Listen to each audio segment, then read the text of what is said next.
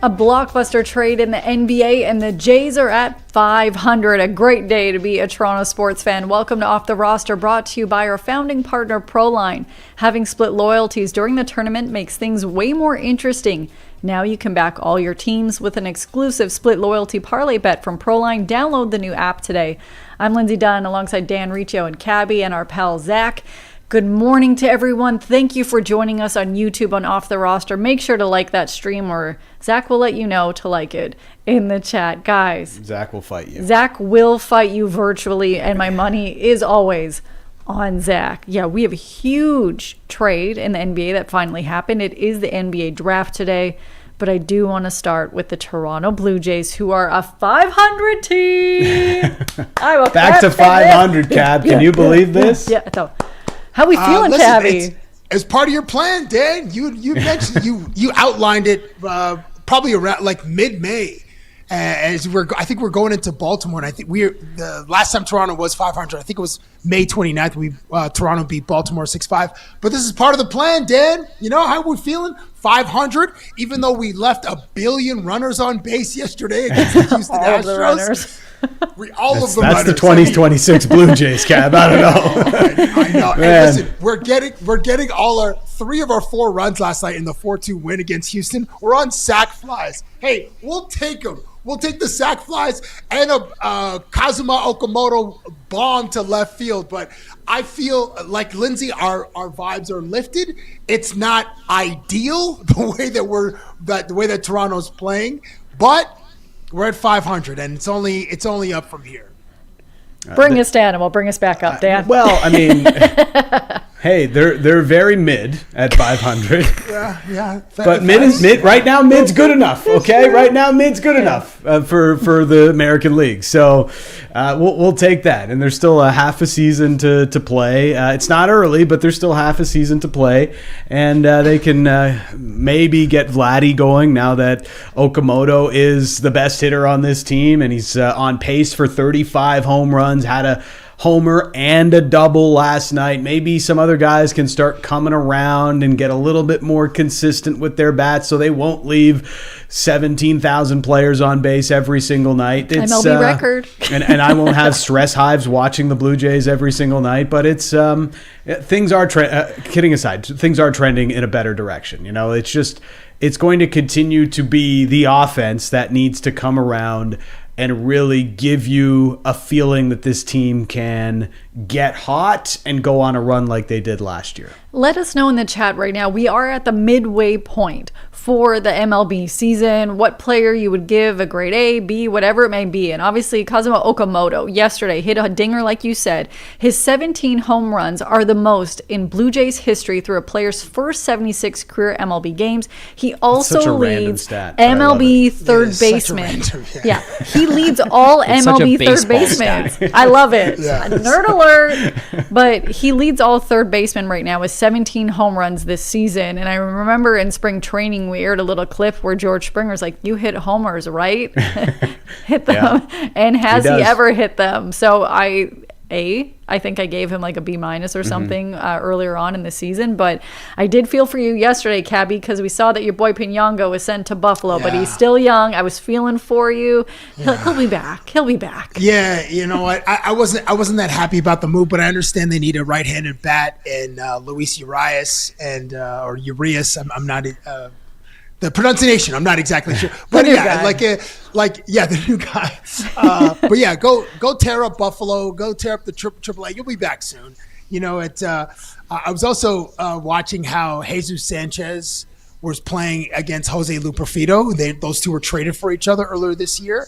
And it reminded me, I had a conversation with Dalton Varsho a few years ago, and I asked him about being traded for Gabriel Moreno, and Lourdes Gurriel Jr. Arizona and Toronto. And he's like, I always look at the box score just to see, like every day, just to see how they perform, because I want to make sure that Toronto got the better of the deal.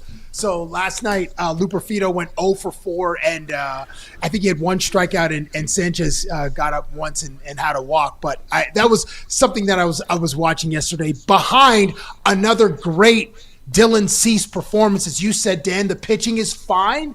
or it's like pretty good. The offense has to come around, but I just love that Dylan Cease cooking for another 8 Ks.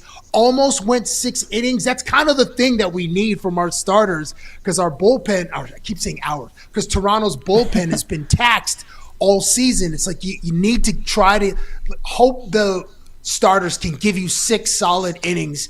We hope we get 6 solid innings tonight from Shane Bieber. We have no idea what we're going to get from this guy, but that's kind of the benchmark that Toronto needs from its starting pitchers so that the bullpen isn't overworked as it has been over the course of the first half of the season.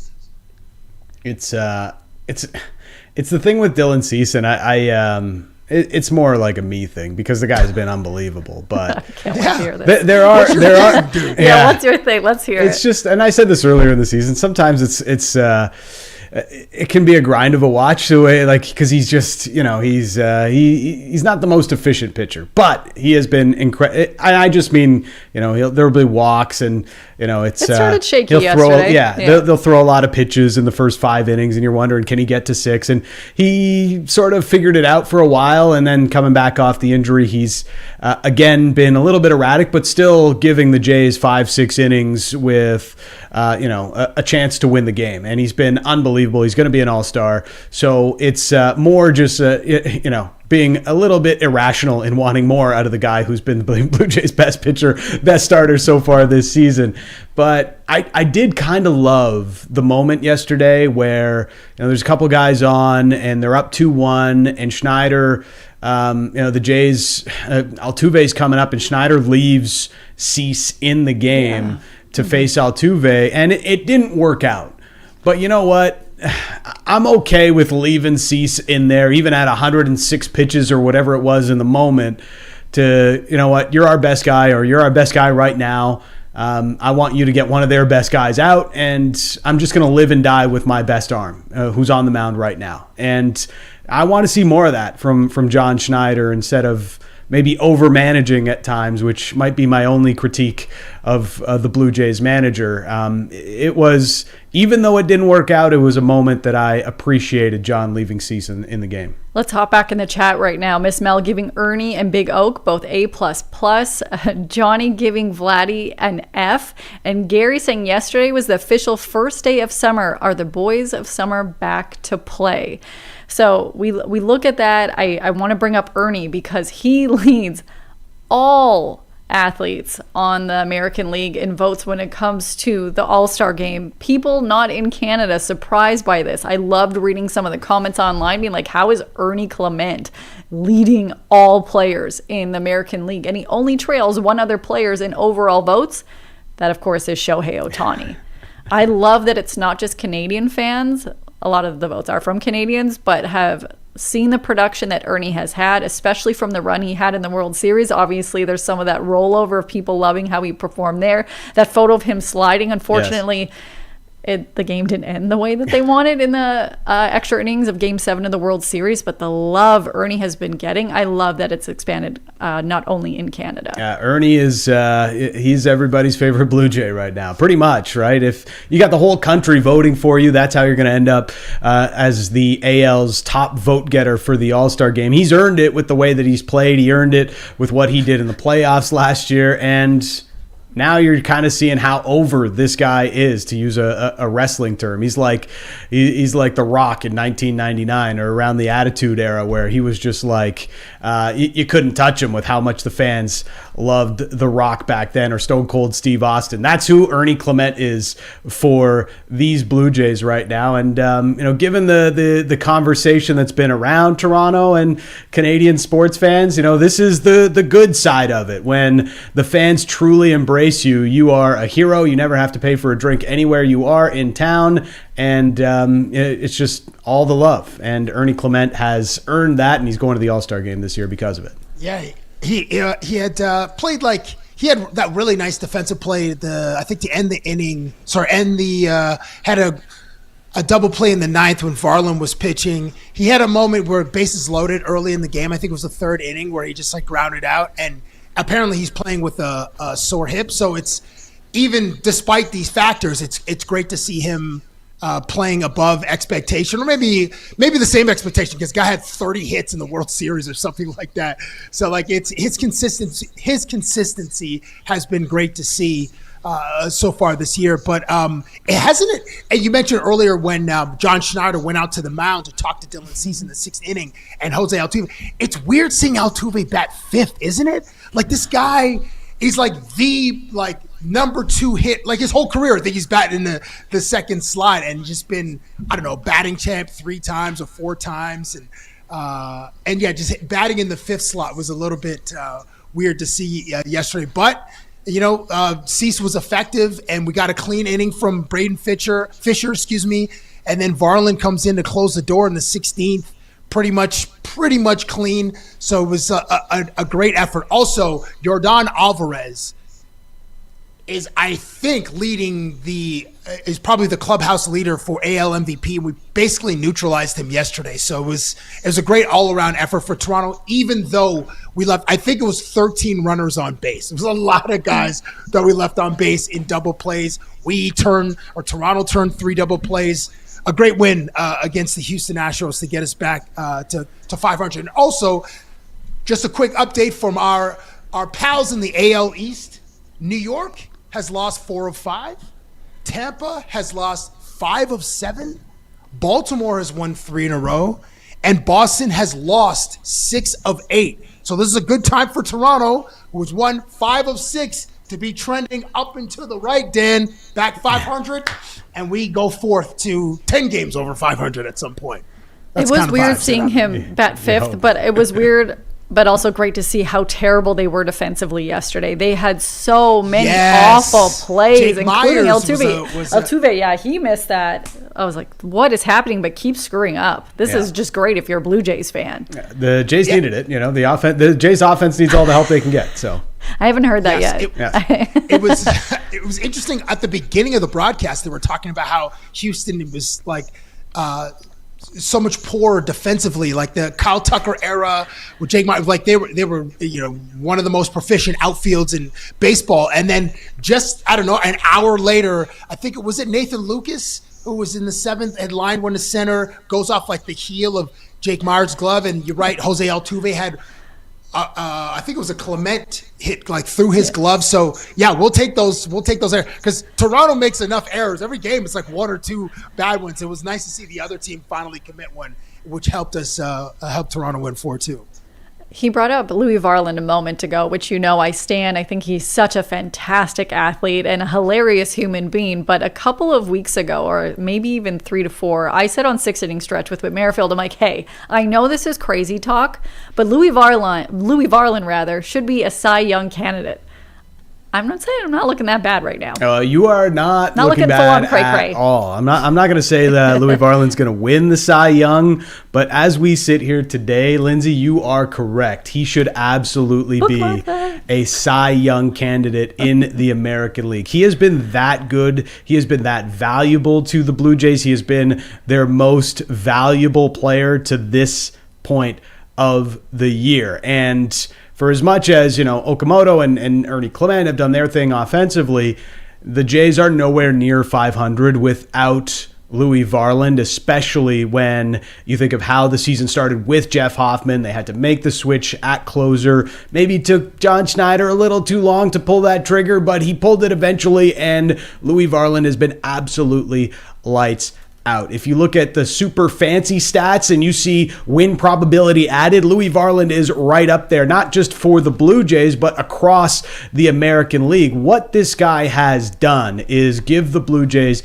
a lights out close to pretty much any game they have a lead in. And since the offense isn't what it needs to be, a lot of the times when they are ahead in games, it's a very short lead, and they need Louis Varland in there to absolutely lock it down. This guy has been everything to this team. He has been one of the very best starter or reliever pitchers in baseball, and he should be, at the midway point of the season, an AL Cy Young candidate.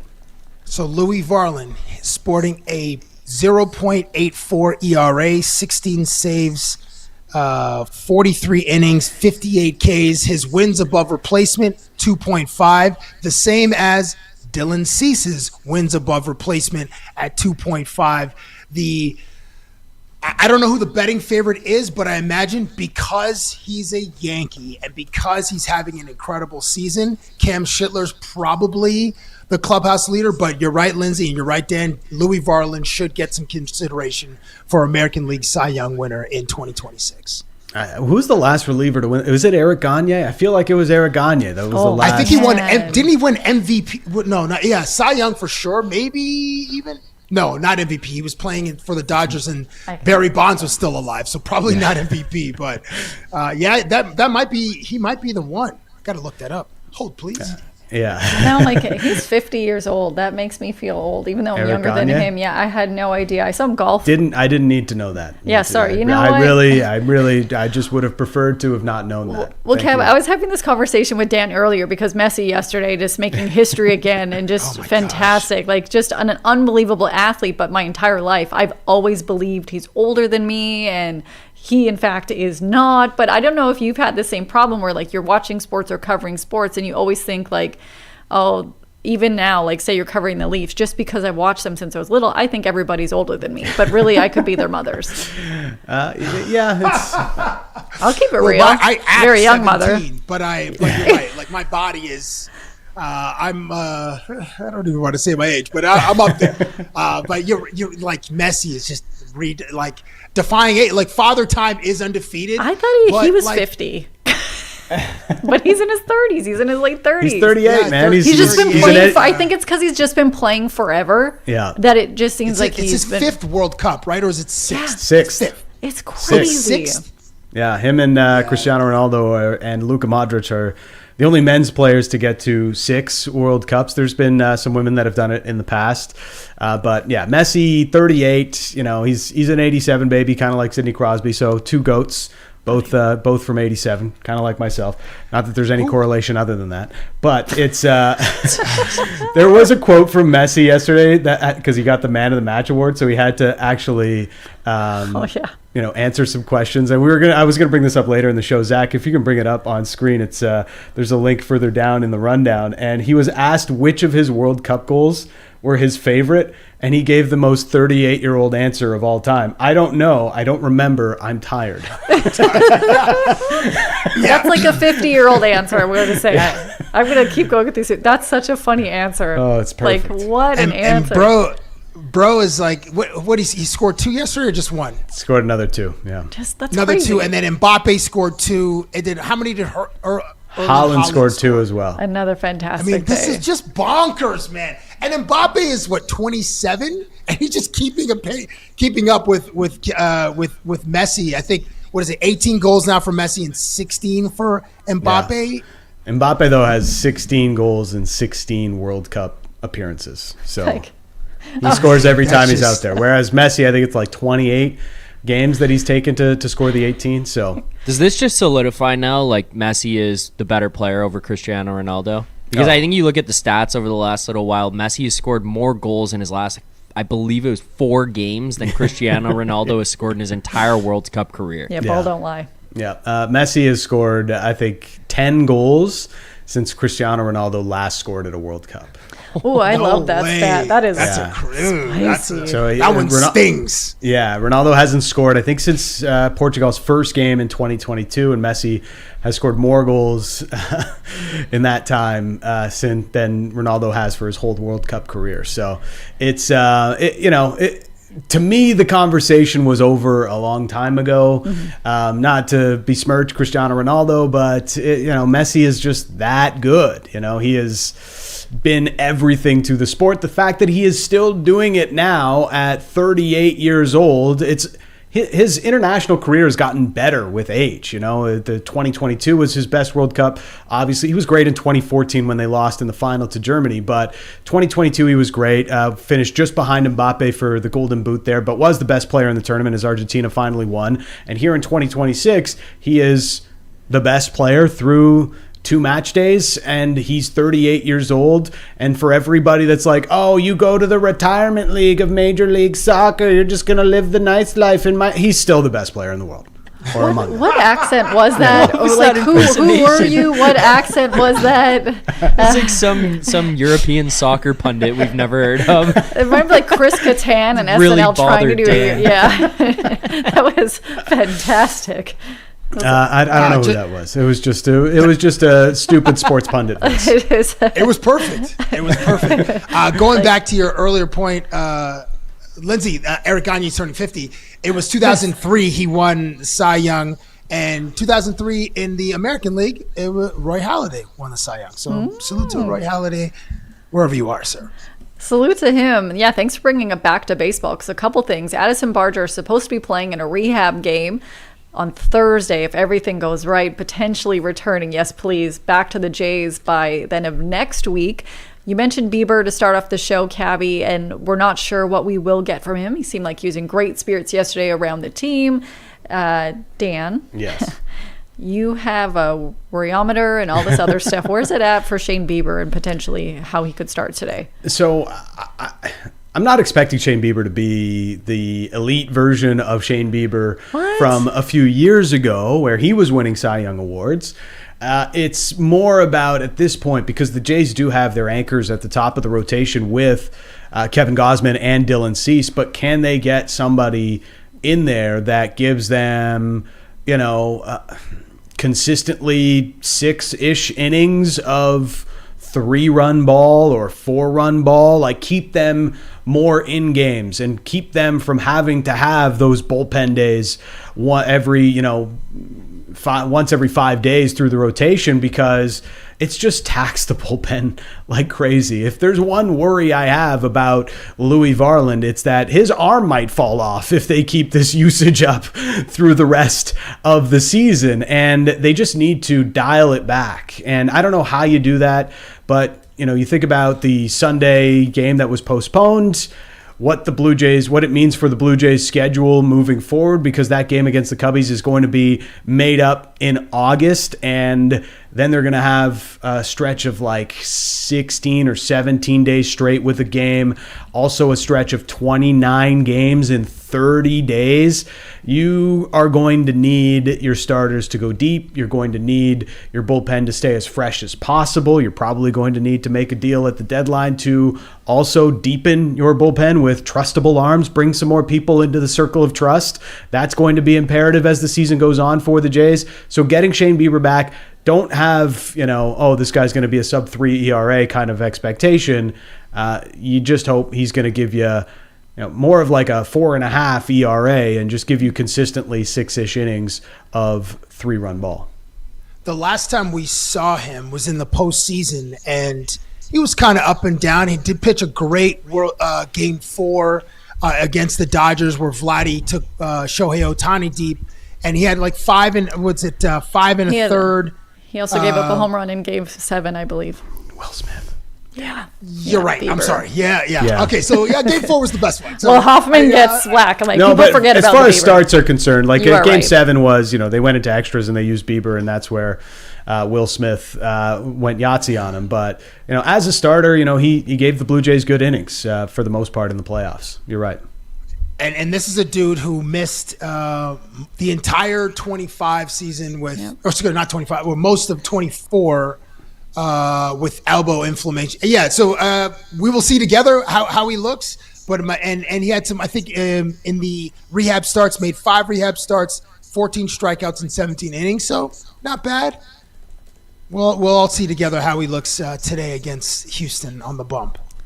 So somebody that is back in Toronto that is now a Houston Astros is Joey Loperfido. And a lot of fans adored him because of his friendship with Ernie Clement and David Schneider. They were roomies, and he's Italian. Yes. I think he actually got some award when he was in high school at like Best Italian.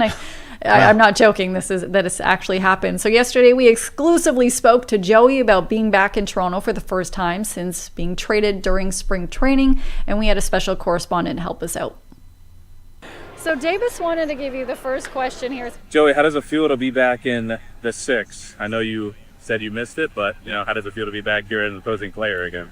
I would say it's exciting. It's good to see all the guys, obviously. It was a little nostalgic. I went to like my favorite coffee place that I went to a lot last year, and walked kind of the same route. So it's good. I mean, I haven't played for the Jays or not, love playing in this stadium. I think it's a ton of fun and one of my favorite ones. And then obviously all the good times last year with that group make it just exciting. So enjoying it and looking forward to competing against those guys this week for sure. We have a second question from Davis. Oh boy. How's the tuna over on the other side? Is it good? How's the tuna? I haven't seen the tuna. I don't know if that's just on the home side or what. But I asked Ernie and Davis if they made BLTs, if they could bring me a BLT, because that's like, they usually make it for like the 3-4 o'clock, so maybe tomorrow. But the BLTs that Chef Romaine makes are unbelievable, so maybe I'll get one of those. Maybe they'll poison it.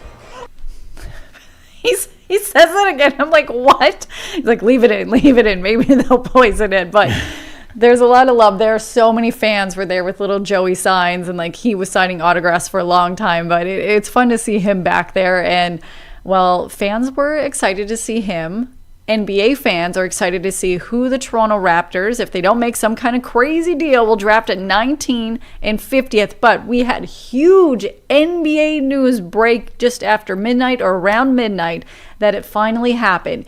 Giannis Antetokounmpo can stay in Milwaukee but not be a member of the Bucks because he's going to South Beach. If you missed it, he is going to become a member of the Miami Heat in a massive blockbuster deal, which I believe includes, let me just quickly get all of the stats here for you. So Tyler Hero is the big name, as well as Jaime Jaquez Jr. Yeah, and a couple other players, including 3 first-round picks. So Tyler Hero and Jaime Jaquez Jr. were also very loved within that community and that organization. Tyler Hero, they'd always joke saying they don't need another hero because they have Tyler, and he would always hit a clutch 3 or something like that. And then a lot of people also compared him to the lead actress in Stranger Things, whose name I cannot remember. And those memes are out there right now. Zach, Bobby Brown? Yes. Yeah. Are you able to bring up the photo of people already photoshopping Tyler Hero in a Bucks jersey? And the comment on it is exactly that about her, is that, hey, I'm mad about this trade, but all I see is the chick from the Stranger Things being her. And that is the quote. I'm not just saying that. But when you see this, we'll get that in a minute, but when you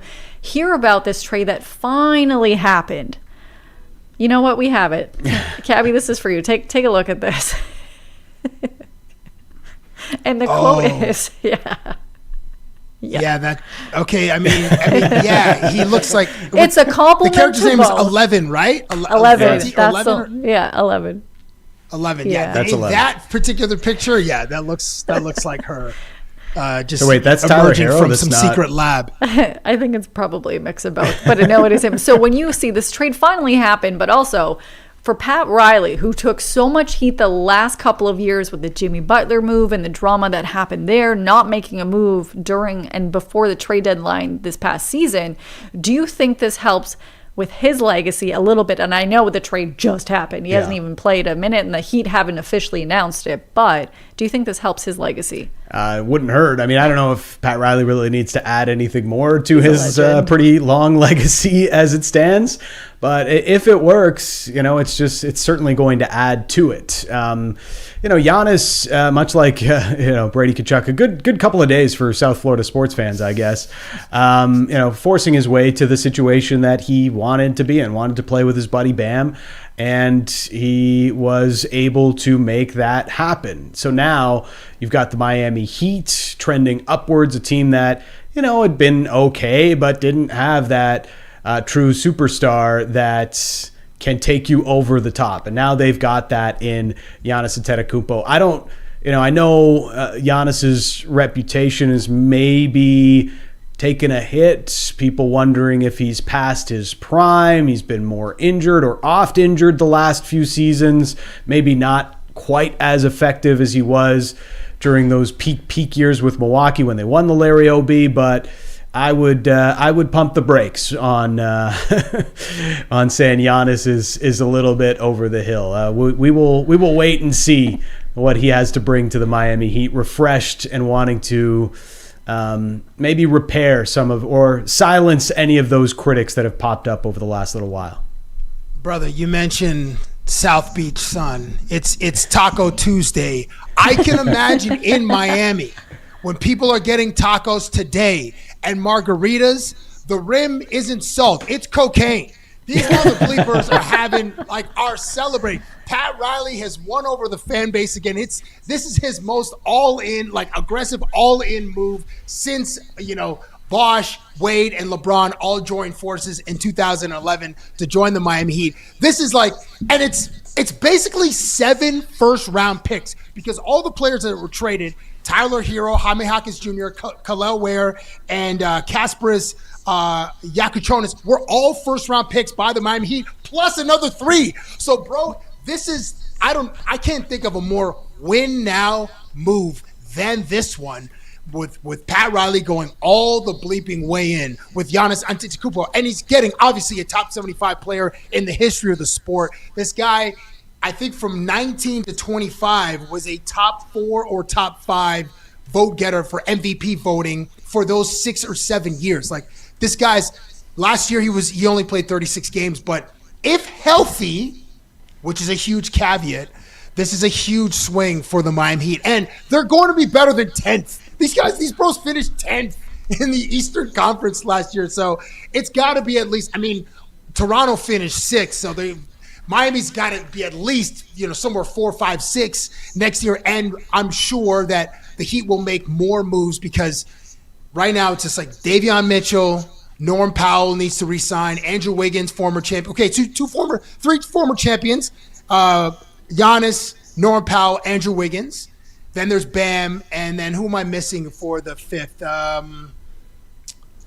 I can't remember. Anyway, there are some more moves to be made, obviously in Miami, and it's gonna be crazy. But they won today, so Tuesday, June 23rd, Miami wins the day. They win the offseason with this move, and it felt like Giannis has been rumored in trade talks for 5 seasons since he was drafted.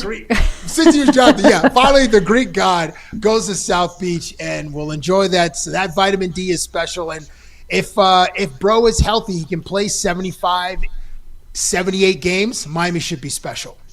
Just a note, Brian Windhorst putting it out there that the Miami Heat are expected to lose Norman Powell this year in free agency. Okay. Yeah, Okay. they think that they're going to lose him, and it's unlikely that he will stay with the Miami Heat, which is something that I heard since the trade deadline. They said there was a shift even at All-Star that when it came to his minutes or anything, when it came to surrounding the Miami Heat, he wasn't the most happy. That was just what I was hearing from people in and around the team. But yeah, if he did stay, their starting lineup would be former Raptor Davion Mitchell, former Raptor Norman Powell, Canadian Andrew Wiggins, then Giannis Antetokounmpo, and Bam Adebayo.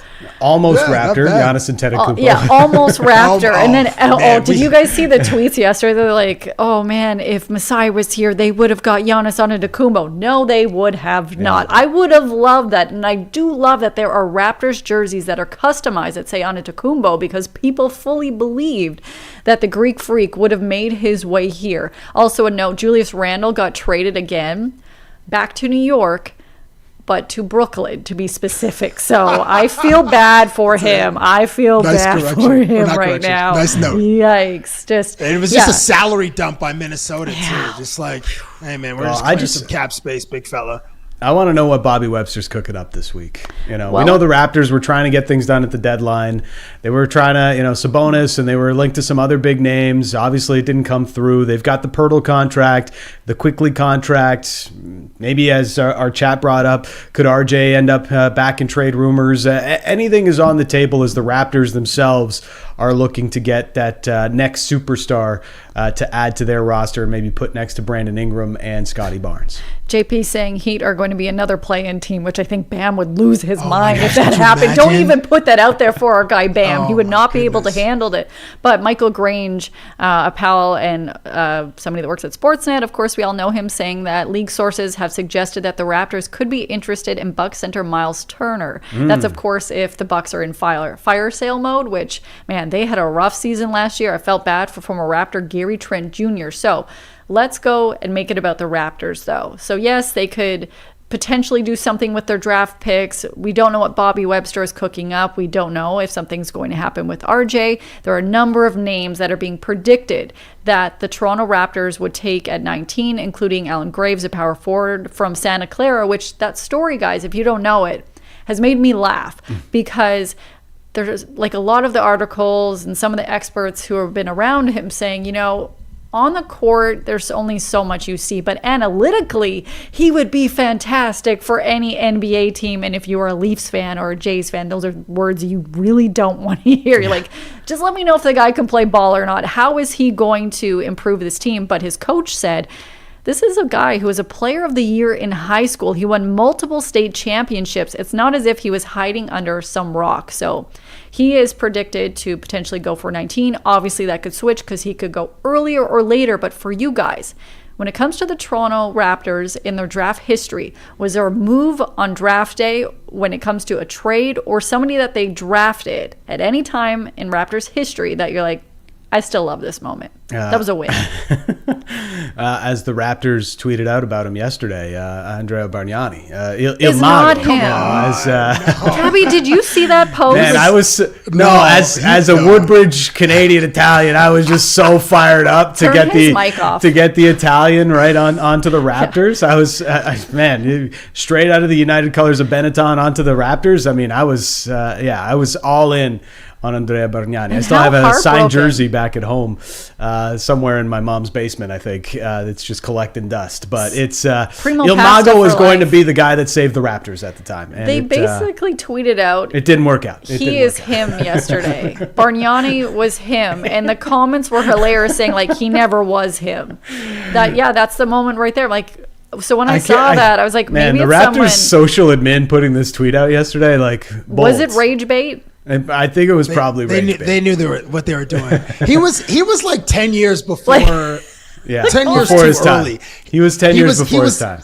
He was the Dirk Nowitzki mold, but just like 10 years too early. Like him coming in along with like Kristaps Porzingis was like, okay, this is the right time for these fives who could space the floor and have just like elite range.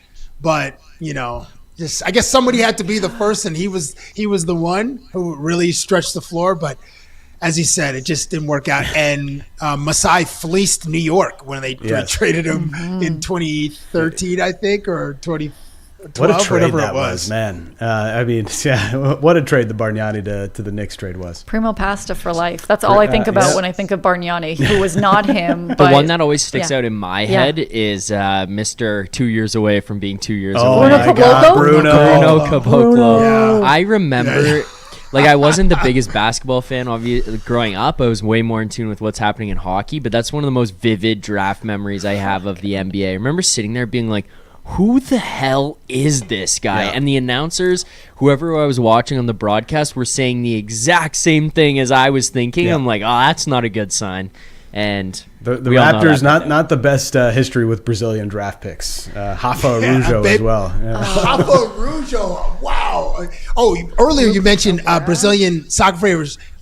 It was Marta on the women's side who played in 6 World Cups, and she's considered the GOAT of women's soccer. But you're right, Rafael Rujo, and then was it Lucas Nogueira? Lucas Nogueira. Nogueira was another one. They're like these 6'9", 10 guys with length that just never worked out at Toronto. I mean, the all-timer is Vince. All-timers drafting Antoine Jameson, and Vince Carter, and we drafted Antoine Jameson from North Carolina and traded Vince Carter from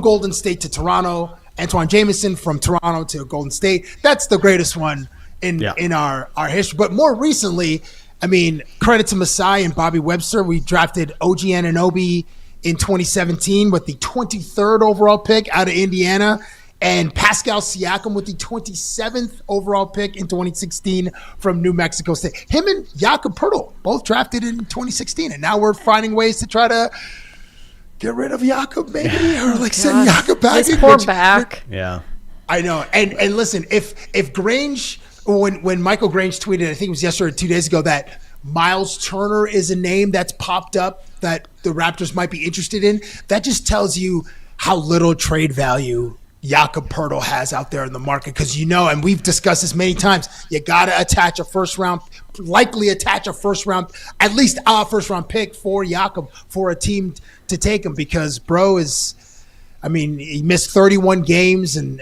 his back is like, he is the back of an 87-year-old man. It's a lot of cash for another owner to take on a contract that is not going to bring back value on the court. Unfortunately for Jakob. We'll see if Bobby can fleece someone. Yeah, well, we'll see. Yeah, we'll see what happens. So Norm Powell, he went 46th overall. CMB last year went 9th. Obviously, I remember his reaction when he was drafted. Raptors fans hated him for at least the first couple of months, but then he won them over by the end of the season. But the Toronto Raptors, not only with what they use for the draft pick, they have been able to find some gems in the undrafted market. Of course, if we look at none other than Fred VanVleet, you look at a couple of the players last year that eventually they signed on two-way contracts who have been huge contributors to this roster. So I can't wait to see what they do with their picks, but who they're going to find that we've never heard about and how they will impact this team. But Grady Dick, which was a high pick for them, do you think he's been a bust? I saw this online, so I'm going to ask you. Yes. He's been a bust relative to expectations, and mainly because the first 2 years you could see some progression from year 1 to year 2, and then year 3 was a regression to put it lightly. And to go into the playoffs and basically not use Grady Dick, I mean that shows where he's at right now, and it's pretty obvious that if there is a change of scenery option that the Raptors and Grady Dick wouldn't mind exploring that. It's unfortunate. Like, the Raptors need shooters, desperately need shooters. It's the biggest hole on their roster. We saw it play out in the playoffs. We saw it play out all season long. Grady Dick was supposed to be somebody that helped that situation. Raptors kept drafting a bunch of wing guys to try and help their 3-and-D situation, and it just hasn't really materialized, certainly for Grady Dick. So, if you're asking me today, like, I don't know if I expect a ton out of a 13th overall selection, but the fact that he was basically not in the Raptors playoff rotation suggests he's been a bust. Yeah, I hate to use that term, but he severely regressed this year, and he was not inside of Coach Rajakovic's circle of trust. Because barely touched the court. And you're right, Dan. We need shooting and perimeter and floor spacing. Toronto was 21st in 3-point percentage and 26th in 3-pointers made. We also need a backup center and some front court help, because we had to go to small ball a bunch of times using Colin Murray Boyles at the 5 and Scott Wayne Barnes at the 4. And at times it was effective, but Toronto got its lunch eaten by Detroit, by New York, and by Cleveland. So those are and obviously Bobby Webster knows this, but these are perimeter shooting for sure Toronto needs, and some interior help absolutely Toronto needs. And that's maybe why Miles Turner's name is floating out there, because he's a big body with some floor spacing capabilities. Weirdly, the bro's like 7 feet tall and doesn't snag that many rebounds, but I'm sure there are other options out there for Toronto to improve going forward into 26-27. I'm excited to see what they're going to do and how they can improve this roster with the draft picks or whatever moves they make with that. And then in the chat, Brian saying Grady is going to get salary dumped. That's so depressing. Clayton saying he got his Gillette money. He'll be okay. So we'll see what happens there. Gillette money. Shout out to Gillette with the great move for what they did at Gillette Stadium during the World Cup. They had to take down the sign. So instead of taking it down, they just covered it with fake shaving cream. Oh, I did not see that. That is nice. Great. I love that. I like what Levi's did too at Levi's stadiums. They just covered up the name of the stadium in the shape, that tag, the Levi's iconic tag, and then they changed like their Instagram handle to the photo of the white. Is it here? This here? This is the Gillette Stadium. So if you're listening right now, it is absolutely like a bunch of fake shaving cream covering them up. That is great. That's clever, and that gets more people talking. And quickly, also in the chat, Brian saying Grady losing his rotation spot to AJ Lawson got hurt, who also we don't know what will happen with him in this offseason. And JP saying they'd like to see Lawson get some more consistent minutes. And you know who used to get a lot of minutes when they played on the pitch? David Beckham. So guess what? This segment is a presentation of the Ninja Flex Flame. Ninja Flex Flame gives you 5 ways to cook. High heat grilling, low and slow smoking, crispier roasting, flat top griddling, artisan pizza making, and David Beckham cooks for you. I did not agree to that. Ninja Flex Flame. I did not agree to that. Meet the Ninja Flex Flame precision temperature control wood fire smoke and cyclonic air for grilling, smoking, roasting, pizza, and griddling all under one hood. I thought my mic was off. Grill pizza and everything in between. The Ninja Outdoor Grill and Artisan Pizza Maker are built for summer. Upgrade outside with Ninja. Can you do a better accent? You are the theater major. I mean, I know I can. I'm just not going to do it right now. So. I'm gonna let you sit. I'm gonna let you sink on I that know. one. I look at Zach and he's laughing. I'm like, my mic was not off. It was definitely not off, and my face is red if you were listening. But Hockey Hall. It was a decent Bex. You know, Look at you being nice. Yeah, it was a decent. I don't think my voice can get as high pitched as it is. Shade. Oh, hold on. Wait, before Yes. before we move on, real quick. And speaking of cooking, do we say bye to RJ Barrett this summer, or do we? You know what I mean? We're just talking Raptors improvements and then trades, and then this guy's name is always floating out there, but he cooked in What are they cooked gonna in the get for playoffs him? for us.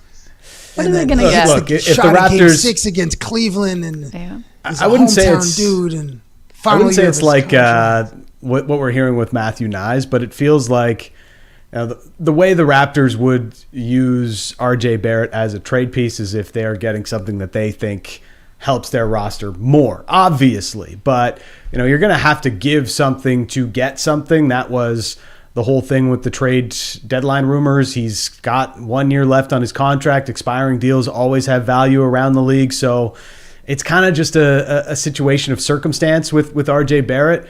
But, he feels like a guy that, he's still in his mid-20s, still in the prime of his career, who continues to add different elements to his game that I wouldn't be too upset if the Raptors continue to build around him. Yeah, Ingram was brought up a lot in our chat today, saying trade him while his value is still high. They don't believe he's a good fit, and I know it was real tough for him in the playoffs because also, he got surgery. He's supposed to be expected to be fully recovered when it comes to training camp, which is in the fall. But Hockey Hall of Fame yesterday, they announced the class of 2026. If you didn't see them, well, we've had some friends of the show who are now in the class of 2026. No, Phil Kessel did not make it there, but Brian Burke, he will be inducted as a builder. As a builder. We have the Tkachuk brothers' dad. I know that's not nice to say. And then as well, Carey Price, Patrice Bergeron, which did any of the names, we see them right now on the screen, there's 6 of them. Were you surprised by any of the people that got in for the 2026 class? Patrice Bergeron, absolute lock as a first ballot Hall of Famer. There's no surprise there whatsoever. Carey Price did not get in on his first ballot last year. That was kind of one of the talking points from last year's discussion. So he gets in now, and I wouldn't say I'm surprised by Pekka Rinne, but the Hockey Hall of Fame had been notoriously hard on goalies to get in to the Hall, and these last couple of years that has changed, and we're seeing a lot more goalies get inducted over the last few years, as we've seen with the likes of Rogi Vachon and others. So it's a good class. I mean, it always is when it's the Hockey Hall of Fame. I still always look at the snubs, but if you want to make it about the Leafs, these run of goalies maybe gives a chance to Curtis Joseph, who's still out of the Hockey Hall of Fame and probably should be in. No, he really should be in. Curtis Joseph, who was a 3-time Vezina finalist, 5 times in the top 5, was unbelievable with the Leafs in the early 2000s. So that's a guy who should be in the Hall of Fame if we're going to continue going down the goalie track. And I don't know what the heck Rod Brindamore has to do to get in. But this guy should be a player and a coach in the Hall of Fame. He should have 2 plaques. Now he has, because of his accomplishments as a coach, and I think that reignites conversation about Rod Brindamore's qualifications to be in the Hockey Hall of Fame. Like 1,400 games or something like he's. Had a lengthy career, but that's an interesting one. If Guy Carbonneau is in the Hall of Fame as like what they say the greatest defensive center that the game has ever seen, like Rod Brindamore should be in there because he was elite defensively and he put up pretty damn good offensive numbers at the same time. I don't really get the argument against Rod Brindamore and what's held him out of the Hall of Fame as long as he's been held out for. I mean, Patrice Bergeron, I think, might be the guy that's the greatest defensive forward. But Bergeron also put up like 100-point seasons too. Some of those years in Boston. The ultimate player's favorite player, Patrice Bergeron. We'll see if this guy becomes a Toronto Maple Leafs favorite player. I don't know if he's a Hall of Famer, but Darren Radish yesterday spoke to the Toronto Maple Leafs media yesterday about officially signing for a club he grew up loving. Of course, he gave the lovely cliche answers that we love to hear, that he grew up loving the Toronto Maple Leafs. You know, they would practice playing ice hockey when they were kids, and he wants to play at home. But here's what he had to say about the Leafs roster and what he sees in it. I like the roster. You know, they got a lot of exceptional players, and I'm just fortunate to be a part of that. And we're gonna try and get to know the guys as best as possible early on, and form some chemistry. And I've heard good things about Jim. When he was in LA, they had some pretty good teams, and they're always tough to play against. So gonna hopefully continue that, and get to know these guys, and hopefully start something special. No, that is not a computer talking. He was talking that fast for some of the answers. It was really wild. I felt like it was played at 2x speed or 1.5. It had to be at 1.5 speed. Yeah. Which I don't know. If you're not listening to stuff at 1.5 speed these days, what are you doing, bro? Do you do that too? I don't. Oh my God. I only learned this from Will the other day. Everything's at 1.5 speed for me. Like people who watch, because I think you can do it on like Netflix too. And I'm like, if you're watching a movie at 1.5 speed, I mean, that to me is maybe a little bit wild. But is it worse than what I do, where I watch the beginning, I see if it's going to be scary, and then I go read what happens in the end, and then I just go right to the end. Well, I mean, why do you watch? I don't know. That's what we call 90x speed, because you start, and then bam, I'm at the end. No, but I listen to everything at 1.5 speed, maybe sometimes Same. 2. It's for love Elliot Friedman and Kyle Bukauskas, and but I could not listen to those guys at 1 speed. They sound drunk every time that my my podcast stream ends up at that. So Verk listens to us at 1.5. He's still I never not Verk still a fan of Off the Roster, and he listens to it at 1.5. With all my pregnant pauses, I would hope people listen at 1.5 speed. So it's Darren Radish. It's nice to hear the things that he was mentioning yesterday. He wants to play at home, and he's got 68 million reasons to play for the Toronto Maple Leafs. So it's kind of a hard thing to pass up. But there was clear mutual interest for him to, when he got word that the Leafs were interested. It's not like he said, "No, I'm good. I want to test free agency and see what else might be out there for me." He was obviously ready to sign with the Leafs. And there are so many things about this, given the red flags, yes, of a 30-year-old who just broke out offensively and signing him to this big of a deal. But given his profile as a player and what he does well, he fits a lot of the needs that the Leafs have. But there was a quote that he had a little bit later on, and he was talking about John Chayka and mentioned that there are some other big moving pieces coming, to which I had the eye emoji at, like, oh, what do you know, Darren? What does John Chayka have cooking up right now as we get closer to draft night later this week for the Leafs, who hold the number 1 pick? We know that it's been reported they have interest in free agent Sergei Bobrovsky, that they would be in on that they're possibly still looking at adding a goalie, whether it could be in trade like Jordan Binnington or maybe even Connor Hellebuck, which seems kind of wild. And the leaked image, by the way, yesterday. I don't know if you guys caught that online.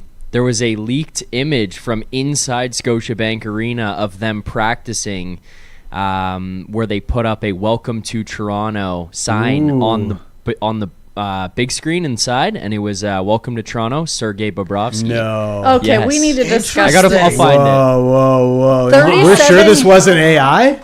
People have been trying to determine if it's AI or not. I figure we might as well continue the rumors here. Say what? Yeah, the rumors here. So, Zach, 37 years old in human years, it's young.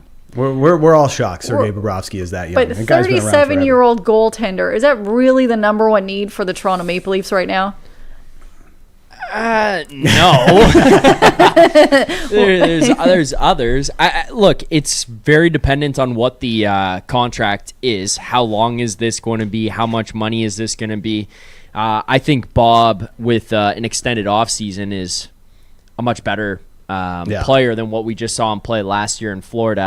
I also think there's an element here that could be bringing in a guy to maybe mentor and be around the young Russian goalie. Like, as much as Anthony Stolarz Calder is, Cup MVP Artur Akhtyamov. Bring him in as a coach. like as much as Stoli is a veteran and has been around and stuff, when there's a bit of a language barrier, it can be a little bit different and a little bit difficult potentially, a little, maybe even uncomfortable for the young kids. So Bob comes in here for a few years. He's the guy to lead him through. He could still be a starting goalie for, in the next probably 3 years. Like, I think a lot of these guys, and you look at how healthy and I mean, knock on wood, but like injury free Bob's been for the most part, like he could probably last a while.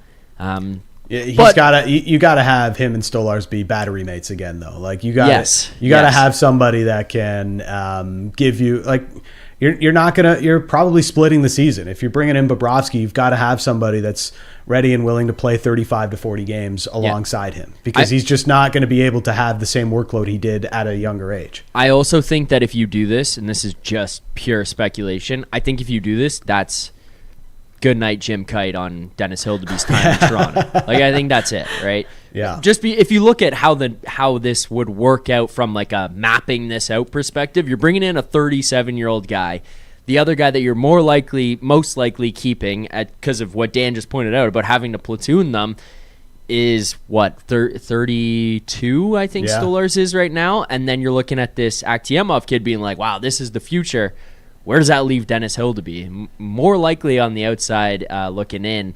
And I think also the other part of it is it's a trade piece. Yeah. John Chayka wants to get active here ahead of the draft on Friday and ahead of free agency. Like, that's another piece you can use to bring back prospects, players, active roster players, whatever it may be.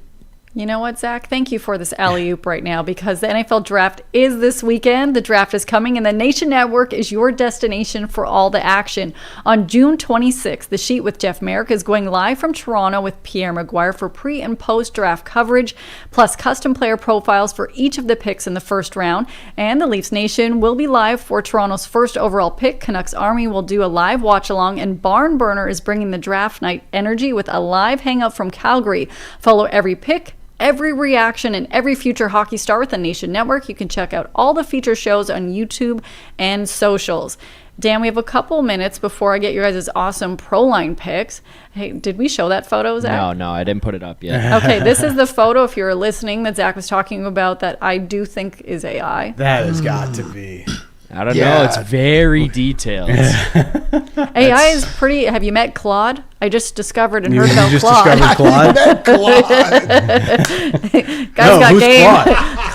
Claude? Is this the next main character in Emily in Paris? Or wait, are you an Emily in Paris fan? I watched 3 I'm episodes. married, so sometimes you gotta. In the summer, when hockey is off, you gotta you gotta. Yeah. Love Island. My wife ends up watching a lot of sports, so we maybe choose shows that are Emily in Paris. Or her, I did not. Can you tell me the storylines off air? Because I've seen like a couple episodes, because it's the opposite scenario in my household. I watch sports all the time, so then I have to watch what my husband watches, which is It's Always Sunny in Philadelphia and Trailer Park Boys. But no, I think I benefit greatly in this because the lines have been gold, which is clearly from Seinfeld. But let's just a quick moment that's happening in the World Cup a little bit yesterday and today. I know we already spoke about some amazing historic moments that happened, but get the people prepped for what's happening at noon today. 90th Minute Daily with myself and Blake Price on the 90th Minute YouTube channel, and we're getting you ready for the 4 matches today. And it's another day where we wonder what's going to happen with Cristiano Ronaldo. He watched Messi score a couple of goals yesterday. This guy, I mean, he's getting up there. He's in his 40s. He would be the oldest World Cup goal scorer ever should he score in this tournament. And people are wondering, is he going to find the back of the net? I feel like it's only a matter of time, but he has definitely been the most criticized player through the first week and a bit of the World Cup, and it's only going to continue today if Portugal falls short again, this time against Uzbekistan. So it's the big storyline today. Thierry Henry, I think, was criticizing him on the desk the other day when he I think he roasted him is what he did. Yeah. Okay, he roasted him. Very, very, very polite way of roasting Cristiano Ronaldo. But had the video of like what he was doing that's not great, and he's just trying to steal chances from his teammates instead of that's what it was. That's opening what it was. Bruno up space. Fernandez or something. Yeah, it was his yeah. teammate. Yeah. Classic Ronaldo. You should not be. The team should score. It should not be you scoring. And I was like, oh yeah. I guess that is a roast in the most polite, delicate Yes. French way that he could say it. He's not cutthroat in maybe the way I am, or can He's be not sometimes. Zlatan. Zlatan would be You're like cutthroat? sometimes it's good, sometimes I'm it's not. shit. That's a very good Gennaro Gattuso by you. I like that. Oh man, Thank you. I just butchered it, but I loved it. Something I will not butcher is this amazing experience that people can experience if you're in Toronto and if you're in the GTA. Get your way on down here because Proline has a split loyalty merch experience that's driving around Toronto today. If you want to go and get custom merch of your favorite teams, you can find it where the van will be on their Instagram page. And Dan and I both experienced this the other day where I got a cool bucket hat. You got a tote. The vibes are playing. They have Yes. some great music that's pumping, and there's some great selections. And you get to pick whatever two countries you want to support. And I couldn't go Canada, so I went Canada-Brazil just for fun because Italy wasn't on there, which I would have supported. What's your pick, Dan? Yeah, they wouldn't let me. They wouldn't let me go with an Italy flag because He tried. They're not in the World Cup. He absolutely tried. What's your pick? All right, today's pick, again, we focus on the big tournament, and we just mentioned him, Cristiano Ronaldo. He is in and under the microscope right now with how poor he played in his first match for Portugal. He has not scored in his last 10 major tournament matches for country. His last World Cup goal came in the first match of 2022's event. So he's due. We're going with a simple play, Cristiano Ronaldo to score today against Uzbekistan. listen, we these picks are for entertainment purposes only. And yesterday, for entertainment purposes only, Dan's play hit with Leo Messi scoring a goal, and George Springer got over 2.5 total bases with his 2 singles in the game. So today, I'm going to stay in the World Cup as well in the match between Panama and Croatia. Ismail Diaz, listen, he is a key player for the Panamanians. Yeah, it is a deep cut. Panamanian squad. This team made its World Cup debut in 2018. They're back in 2026. Diaz had 2 shots on goal in the loss to Ghana. That's why I'm looking at my guy. It's going to be my guy now. Diaz to score against Croatia in the match later today. I'm looking at this Messi Lego set that we have, and this does not look, oh wow. But if you are listening, on screen right now is me and Dan at the Proline van that's making its way around the city again. Go to their Instagram page to find out where they will be at today. You get free merch. Who doesn't love free stuff? Love free stuff? Like free tote bag, free bucket hat, free baseball cap. It is a good bag, good swag. And you know what I love? A good moment that happens on the baseball field. I just broke this piece of Lego. Probably for yesterday in the Yankees-Detroit series, there was a delay of game because of a dirt cam. If you did not see this, it is pretty fun. The video's long, but take a look at what's happening right now. Of course, Jazz is involved with this, but It's always Jazz. it's always Jazz is like the Mario Balotelli of baseball. Why always me? And the great is they have this, and the commentary of this is great by the Detroit Know that broadcaster. this cam existed. Yeah, and they're saying it's been here for years, so they keep kicking it around, and the broadcasters are like, no, don't put us under the dirt. We're having a great time. But it was actually a heavy delay of game because they did not like that the dirt cam was there, and it's been there for years. That's crazy. I've never seen that camera ever being used. What do they use it? Like, is it for slides into second, for stolen bases? I think it's one of those things that we don't even know is a thing, but like, look at Jazz looking down. Jazz having the best time. So it's like the players are standing around this cam, which is in between first and second base, right on the edge of the grass of the infield.